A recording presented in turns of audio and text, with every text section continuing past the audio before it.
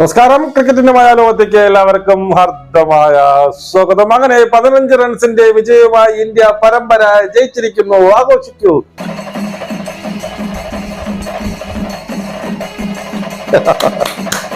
അങ്ങനെ 5 കളികളുടെ T20 പരമ്പരയിൽ ഇന്ത്യ 3-1 വിജയം കൈവശപ്പെടുത്തിയിരിക്കുന്നു. ഇന്ത്യക്ക് പരമ്പര. അങ്ങനെ ആദ്യമായി ടൂർണമെന്റിൽ 4ാം തവണ എന്ത് ചെയ്തു? ഇന്ത്യക്ക് ആദ്യമായിട്ട് ബാറ്റിംഗ് കിട്ടി. ടോസ് അവർക്ക് കിട്ടി, അവർ ബൗളിംഗ് എടുത്തു. ഇന്ത്യ ബാറ്റിംഗ് തിരഞ്ഞെടുത്ത ഇന്ത്യ 181 റൺസ് അടിച്ചു, 9 വിക്കറ്റിന്റെ നഷ്ടത്തിൽ. സത്യം പറഞ്ഞു കഴിഞ്ഞാൽ 3 വിക്കറ്റുകൾ ഒരു ഓവറിൽ നഷ്ടപ്പെട്ട ഇന്ത്യ 181 എന്ന് പറയുന്ന ആ സ്കോറിലേക്ക് എത്തണമെങ്കിൽ അതിന് സഹായിച്ചത് മറ്റാരുമല്ല, നമ്മുടെ ഹാർദിക് പാണ്ഡ്യയും ശിവം ദൂബെയുടെയും 50 ആയിരുന്നു ഇന്ത്യയെ 181 എന്ന റൺസിലേക്ക് എത്തിക്കാൻ സഹായിച്ചത് എന്ന് പറഞ്ഞു. കാരണം നമുക്കറിയാം, ഓരോ ഓവറിൽ 3 വിക്കറ്റുകളാണ് തള്ളിയിട്ടത്, ഇന്ത്യക്ക് നഷ്ടമായത്. എന്നിട്ട് കൂടി ഇന്ത്യ 181 റൺസ് അടിച്ചു കൂട്ടി. അതിന് മറുപടിയായി 166 റൺസിന് ഇംഗ്ലണ്ട് ആൾ ഔട്ടായി 19.4 ഓവറിൽ. അങ്ങനെ 15 റൺസിന്റെ നല്ലൊരു വിജയം ഇന്ത്യ കൈപ്പിടിയിൽ ഒതുക്കുകയും എന്ത് ചെയ്തു? ഈ പരമ്പര സ്വന്തമാക്കുകയും ചെയ്തു എന്നുള്ളതാണ്. ഇനി നമ്മുടെ സ്കോർ കാർഡിലേക്ക് വന്നു കഴിഞ്ഞു കഴിഞ്ഞാൽ ഇംഗ്ലണ്ടിന്റെ സ്കോർ കാർഡ്, അത് നമുക്ക് ഇന്ത്യയുടെ സ്കോർ കാർഡിലേക്ക് വന്നു കഴിഞ്ഞാൽ സഞ്ജു സാംസൺ 0 1 റൺസ് എടുത്തു കേട്ടോ. ഡക്കനെ വിചാരിച്ചു 1 റൺസ് എടുത്തു. വീണ്ടും പരാജയമാണ് സഞ്ജു സാംസൺ. എനിക്കറിഞ്ഞൂടാ എന്താണ് സഞ്ജു സാംസൺ ചെയ്യണമെന്ന് എനിക്കറിയത്തില്ല. വീണ്ടും 3 ബോളുകൾ ഫേസ് ചെയ്തുകൊണ്ട് വീണ്ടും ഫുൾ ഷോട്ട് കളിച്ചു. വീണ്ടും എന്ത് ചെയ്തു? അവൻ അനങ്ങിയും കൂടിയില്ല, അവന്റെ കയ്യിൽ തന്നെ കറക്റ്റ് അടിച്ചിട്ട് കൊടുത്തു സഞ്ജു സാംസൺ. വളരെ എന്തിനാ പറഞ്ഞ ശോചനീയമായ ഒരു അവസ്ഥയാണ് സഞ്ജു സാംസൺ ഉള്ളത്. ഇനിയും അവസരങ്ങൾ, ഇനിയിപ്പം ഈ പറയുന്ന ഒരു കളിയും കൂടിയേ ഉള്ളൂ. അതിലും കൂടി ഫോം ആയില്ലെങ്കിൽ എനിക്കറിയത്തില്ല. സഞ്ജു സാംസണിന്റെ അടുത്തേയും കൂടി ഇറക്കും. അടുത്തേയും കൂടി ഫോം ആയില്ലെങ്കിൽ ഒന്നും പറയാനില്ല. സഞ്ജു വളരെ പുവർ പെർഫോമൻസ് ആണ്. നമ്മള് ഈ പറയുന്ന എനിക്ക് ആരും ഫേവറേറ്റ് ഒന്നും അല്ല, മനസ്സിലായോ? ഇന്ത്യക്ക് വേണ്ടിയിട്ട് നിരന്തരം കളിക്കുന്ന കഴിവുള്ളവനെ നമ്മൾ സപ്പോർട്ട് ചെയ്യും. അവൻ കളിച്ചില്ല, ഫോം ഔട്ട് ആവുന്നവരെ നമ്മൾ എന്ത് ചെയ്യും? കുറ്റം പറയുകയും ചെയ്യും. അഥവാ ആരായാലും ശരി തന്നെയാണ്, മനസ്സിലായോ? അഭിഷേക് ശർമ്മ വീണ്ടും വലിയ കുഴപ്പമില്ലാതെ 19 ബോളിൽ 29 റൺസ് അടിച്ചു എന്നുള്ളതാണ്. കാരണം 3 വിക്കറ്റ് തുടരെ പോയപ്പോൾ അഭിഷേക് ശർമ്മ അവിടെ പിടിച്ചു നിന്നു. 19 ബോളിൽ 29 റൺസ് അടിച്ചു, 1 6 4 4 അടിച്ച് ഡീസന്റ് ആയിട്ടുള്ള ഒരു പെർഫോമൻസ് ആയിരുന്നു അഭിഷേക് ശർമ്മ. സഞ്ജു സാംസൺ ഔട്ടായത് കൂടി ഉടനെ വന്നത് തിലക് വർമ്മ. ഫസ്റ്റ് ബോളിൽ തന്നെ 6 അടിക്കാൻ ശ്രമിച്ചു. വീണ്ടും തിലക് വർമ്മ 0 ഔട്ടായി. ഈ സൂര്യകുമാർ യാദവും വളരെ ദയനീയമായി ഔട്ടായെന്ന് ഞാൻ പറയാം. അങ്ങനെ 2 പേര് 0 ഔട്ടായി. ആ ഒരു ഓവറിൽ 3 വിക്കറ്റുകളാണ് നഷ്ടപ്പെട്ടത് എന്നുള്ളതാണ്. ഈ 3 പേരും സത്യം പറഞ്ഞാൽ അവർക്ക് ഒരു ഗിഫ്റ്റ് കൊടുത്തുള്ളൂ. ആ ബൗളറിന്റെ ഒരു ഗുണവും അതിനകത്ത് ഉണ്ടായിരുന്നില്ല. യവന്മാർ അടിച്ച് കയ്യിൽ വെച്ചു കൊടുത്തു എന്നുള്ളതാണ് സത്യം. അതായത് ഈ പറഞ്ഞ സഞ്ജു സാംസൺ ആയിക്കോട്ടെ, തിലക് വർമ്മ ആവട്ടെ, സൂര്യകുമാർ ആയിക്കോട്ടെ, കൃത്യമായിട്ട് കയ്യിൽ അടിച്ചു കൊടുത്തു. അവർക്ക് അങ്ങോട്ട് തിരിയേണ്ട, അവരിങ്ങനെ നിൽക്കിയിരുന്നു, അവരുടെ കയ്യിൽ കിട്ടി പിടിച്ചു. അതായത് ഈ 3 പേരുടെയും എന്താണ് പറഞ്ഞത്, 3 പേരുടെയും ഒരു പരാജയമായിരുന്നു. അതല്ല ബൗളറിന്റെ വിജയമായിരുന്നില്ല, ഈ ബാറ്റ്സ്മാന്റെ പരാജയമായിരുന്നു എന്ന് എനിക്ക് പറയാൻ പറ്റില്ല. വളരെ ദയനീയമായിരുന്നു 3 പേരുടെയും ഔട്ട് എന്നുള്ളത്. റിങ്കു സിംഗ് തിരിച്ചു വന്നു. 36 ബോളുകൾ നിർണായകമായ 30 റൺസ് അടിച്ചുകൊണ്ട് 1 6 4 4 അടിച്ചുകൊണ്ട് ഇന്ത്യയുടെ നെടുന്തൂണായി നിന്നു. ഇന്ത്യയുടെ അവസാനം ഈ 4 വിക്കറ്റൊക്കെ നഷ്ടപ്പെട്ടപ്പോൾ അവിടെ ഒന്ന് ബിൽഡപ്പ് ബാക്കപ്പ് ചെയ്ത് കൊണ്ടുവന്നത് റിങ്കു സിംഗും ഈ പറഞ്ഞ നമ്മുടെ ഹാർദിക് പാണ്ഡ്യയുമാണ്. റിങ്കു സിംഗും ശിവൻ ഡൂബെ, അതിനുശേഷം വന്ന ശിവം ഡൂബെ 53 റൺസ് അടിച്ചു. ശിവൻ ഡൂബയും തിരിച്ചു വരവായിരുന്നു.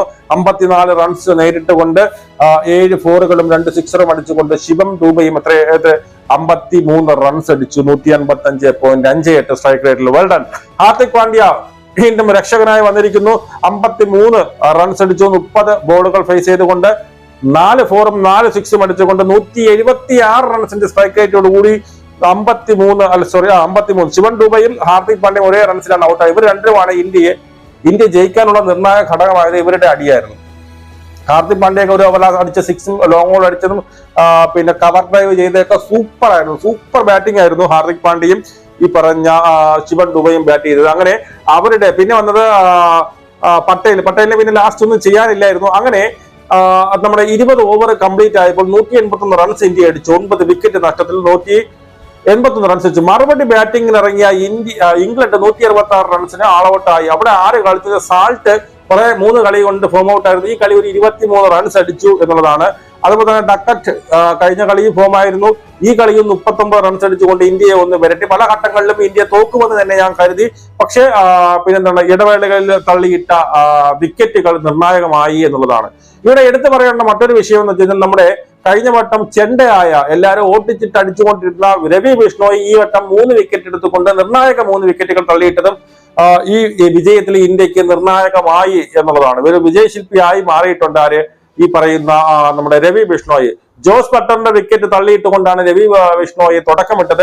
ജോസ് ബട്ടർ എല്ലാ കളിയിലും ഫോം ആയെങ്കിലും ഈ കളി 2 റൺസിന് പുറത്തായി. ഹാരിസ് ബ്രൂക്ക് ഈ 3 കളി കൊണ്ട് ഫോം ഔട്ട് ആയിരുന്നു. പക്ഷേ ഇപ്പോൾ 51 റൺസ് അടിച്ച് അവർക്ക് വിജയ പ്രതീക്ഷയൊക്കെ നൽകി. പക്ഷേ അവസാനം എന്ത് ചെയ്തു, ഹാരി ബ്രൂക്കും ഔട്ടായി. 51 റൺസ് അടിച്ചിട്ടുണ്ട്. 26 റൺസ് നേരിട്ടുകൊണ്ട് 5 4 2 6 അടിച്ചുകൊണ്ട് ഹാരി ബ്രൂക്ക് 51 റൺസ്. ലിവിങ്സ്റ്റൺ വീണ്ടും നിരാശപ്പെടുത്തി. 9 റൺസ് മാത്രമായിരുന്നു ലിവിങ്സ്റ്റന്റെ സംഭാവന. ജെ ബേത്തലും പിന്നെ അങ്ങോട്ട് ബി ക്രൈസും പിന്നെ അവരൊക്കെ ഒന്നും വലിയ വലിയ കോൺട്രിബ്യൂഷൻ ഒന്നും നൽകിയില്ല. പിന്നെ ജെ ഓവർട്ടൺ അവസാനം വന്ന് ചെറിയൊരു പേടിപ്പെടുത്തൊക്കെ നടത്തി. 19 റൺസ് എടുത്ത് 15 ബോളുകൾ നേരിട്ട് വിട്ടുകൊണ്ട് ഒരു 6ഉം ഒരു 4ഉം അടിച്ചുകൊണ്ട് ജെ ഓവർട്ടൺ 19 റൺസ് അടിച്ചു. പിന്നെ വേറെ ആരും അടിച്ചില്ല. അങ്ങനെ 166 റൺസിന് 10 വിക്കറ്റും നഷ്ടപ്പെട്ട് ഇന്ത്യ ജയിച്ചു. ഇന്ത്യ അങ്ങനെ പരമ്പര സ്വന്തമാക്കി. ബൗളിംഗ് നിലയെ കുറിച്ച് പറയുകയാണെങ്കിൽ അർഷദീപ് സിംഗ് അപ്പൊ എല്ലാ വട്ടവും പോലെ ഈ പ്രാവശ്യം തുടക്കം വിക്കറ്റ് ഒന്നും തള്ളിയിടാൻ സാധിച്ചില്ല. 10 റൺസ് അടുപ്പിച്ച് ഏതാണ്ട് 10 റൺസ് അടുപ്പിച്ച് റൺസ് വിട്ടുകൊടുക്കുകയും 35 റൺസ് വഴങ്ങിയും അവസാനം ക്രൂഷ്യലായിട്ടുള്ള ഒരു വിക്കറ്റ് തള്ളി. ലാസ്റ്റ് വിക്കറ്റ് എനിക്ക് തോന്നുന്നു അർഷദീപ് സിംഗിന്റെ വകയായിരുന്നു. അങ്ങനെ ഒരു വിക്കറ്റ് അർഷദീപ് സിംഗ് കിട്ടി. ഹാർദിക് പാണ്ഡ്യ ഒരു ഓവർ മാത്രമേ എറിഞ്ഞുള്ളൂ. അതിൽ തന്നെ 11 റൺസ് അടി കിട്ടിയവരും അതൊക്കെ കയറ്റി നിർത്തി. വരുൺ ചക്രവർത്തി തുടക്കം 3 ഓവറുകളിൽ വളരെ വലുതായിട്ടൊന്നും ചെയ്യാൻ കഴിഞ്ഞില്ല. പക്ഷേ അവസാനത്തെ 4ാമത്തെ ഓവറിൽ 2 വിക്കറ്റ് തള്ളിയിട്ടുകൊണ്ട് ഇന്ത്യയെ ഈ മാച്ചിലേക്ക് തിരിച്ചു കൊണ്ടുവന്ന ഒരു വ്യക്തി ആരും ചോദിച്ചത് വരുൺ ചക്രവർത്തിയാണെന്ന് പറയേണ്ടി വരും. പിന്നെ അതുപോലെ തന്നെ പട്ടേൽ എപ്പോഴത്തെയും പോലെ ഇവിടെയും ക്രൂഷ്യലായിട്ടുള്ള ഒരു വിക്കറ്റ് തള്ളിയിട്ടു. 3 ഓവർ എറിഞ്ഞുകൊണ്ട് 26 റൺസ് വിട്ടുകൊടുത്തുകൊണ്ട് ഒരു വിക്കറ്റ് തള്ളിയിട്ടു. ഇവിടെ എടുത്തു പറയാനുള്ള മറ്റൊരു താരം രവി ബിഷ്ണോയാണ്. ഈ 4 കളി അല്ല 3 കളി കൊണ്ട് ഓടി നടന്ന് അടി വാങ്ങിച്ചുകൊണ്ടിരുന്ന രവി ബിഷ്ണോയാണ്. ഒരു വിക്കറ്റ് മാത്രമേ ഈ 3 കളി കൊണ്ട് കിട്ടിയിട്ടുള്ളൂ. പക്ഷെ ഈ കളിയിൽ നിർണായകമായ 3 വിക്കറ്റുകൾ തള്ളിയിട്ടുകൊണ്ട് നമ്മുടെ വിജയത്തിൽ നിർണായക പങ്ക് വഹിച്ചു രവി ബിഷ്ണോയി എന്നുള്ളതാണ്. ഇന്ന് പിന്നെ ഹർഷിത് റാണ ഇന്ന് ടീമിലുണ്ടായിരുന്നു. ഹർഷിത് റാണയും നിർണായകമായ 3 വിക്കറ്റുകൾ തള്ളിയിട്ടു. 4 ഓവറുകൾ എറിഞ്ഞുകൊണ്ട് വെറും 33 റൺസ് വിട്ടുകൊടുത്തുകൊണ്ട് 3 വിക്കറ്റ് ഹർഷിത് റാണയും ഇന്ന് തള്ളിയിട്ടു എന്നുള്ളതാണ്. അങ്ങനെ എല്ലാവരുടെയും കോൺട്രിബ്യൂഷനോട് കൂടി ഇന്ത്യ ഈ പരമ്പര ജയിച്ചിരിക്കുന്നു. അങ്ങനെ 3-1 ഇന്ത്യ 5 കളികളുള്ള T20 മത്സരം ജയിച്ചിരിക്കുന്നു. എല്ലാവരും ആഘോഷിക്കും, സന്തോഷിക്കും. അപ്പൊ എന്തൊക്കെയാലും നമുക്ക് ഇപ്പം വറിയായിട്ട് നിൽക്കാം. നമുക്ക് ഒരു വേവലാതി ഉണ്ടാകുന്ന മറ്റാരുമല്ല. സഞ്ജു സാംസന്റെ കേസിലും ഈ പറയുന്ന സ്കൈയുടെ കേസിലും ഒരു വേവലാതി ഓൾറെഡി എനിക്കുണ്ട്. കാരണം സ്കൈ ഈ പരമ്പര തുടങ്ങി ഇതുവരെയൊക്കെ ആയിട്ട് ഒരു രീതിയിലും ഫോം ആവാൻ പറ്റാതിരിക്കുകയാണ്. അതുപോലെ ഇന്നത്തെ ഔട്ട് വളരെ പൂവറായിട്ടുള്ള വളരെ ദയനീയമായ ഔട്ടാന്ന് പറയും. കാരണം 2 പേരെ ഓൾറെഡി നിർത്തിയിട്ടുണ്ട്. സ്റ്റെപ്പിൽ പതുക്കെ ഫ്ലിക്ക് ചെയ്ത് അവന്റെ കയ്യിൽ തന്നെ ഇട്ടുകൊടുത്തത് വളരെ ദയനീയമായ ഒരു ഔട്ടായിരുന്നു സ്കൈയുടേത്. അതുപോലെ തന്നെ സഞ്ജു സാംസൺ എന്തെന്ന് എനിക്ക് അറിഞ്ഞൂടാ. കൃത്യമായിട്ട് ഒരാൾ മാത്രമേ ലക്ഷ്യം ഉണ്ടായിരുന്നുള്ളൂ. അവന്റെ കയ്യിൽ തന്നെ കൃത്യമായിട്ട് അവനൊന്ന് അണങ്ങിയും കൂടിയില്ല. അവൻ ഇവിടെ നിന്ന് ഇങ്ങനെ അങ്ങ് പിടിച്ചു, അത്രയേ ഉള്ളൂ. ആ രീതിയിൽ വളരെ ദയനീയമായിരുന്നു സഞ്ജു സാംസന്റെ ഔട്ടും. പിന്നെ തിലക് വർമ്മ ദയനീയം എന്ന് പറയാൻ പറ്റില്ല. ഫസ്റ്റ് ബോൾ തന്നെ എടുത്തടിച്ച് 6 അടിക്കാൻ ശ്രമിച്ചത് കുറച്ച് ആക്രമണം കൂടിപ്പോയില്ലേ എന്ന് തോന്നിപ്പോയി. എന്തായാലും ഹാർദിക് പാണ്ഡ്യയുടെയും ശിവം ദൂബെയുടെയും ചോദിതമായ തിരിച്ചടിയും കൗണ്ടർ അറ്റാക്കും അതുപോലെ തന്നെ ബൗളിംഗിൽ രവി ബിഷ്ണോയുടെയും ഈ പറയുന്ന ഹർഷിത് റാണയുടെയും മാരകമായ ബൗളിംഗിന് മുന്നിൽ ഇംഗ്ലണ്ടിന് പിടിച്ചേക്കാൻ സാധിച്ചില്ല. ഇംഗ്ലണ്ട് അങ്ങനെ 166 റൺസിന് ആൾ ഔട്ടായി ഇന്ത്യ പരമ്പര ജയിച്ചിരിക്കുന്നു. നമുക്ക് വേണം കാണാം. ജയ് ഹിന്ദ്.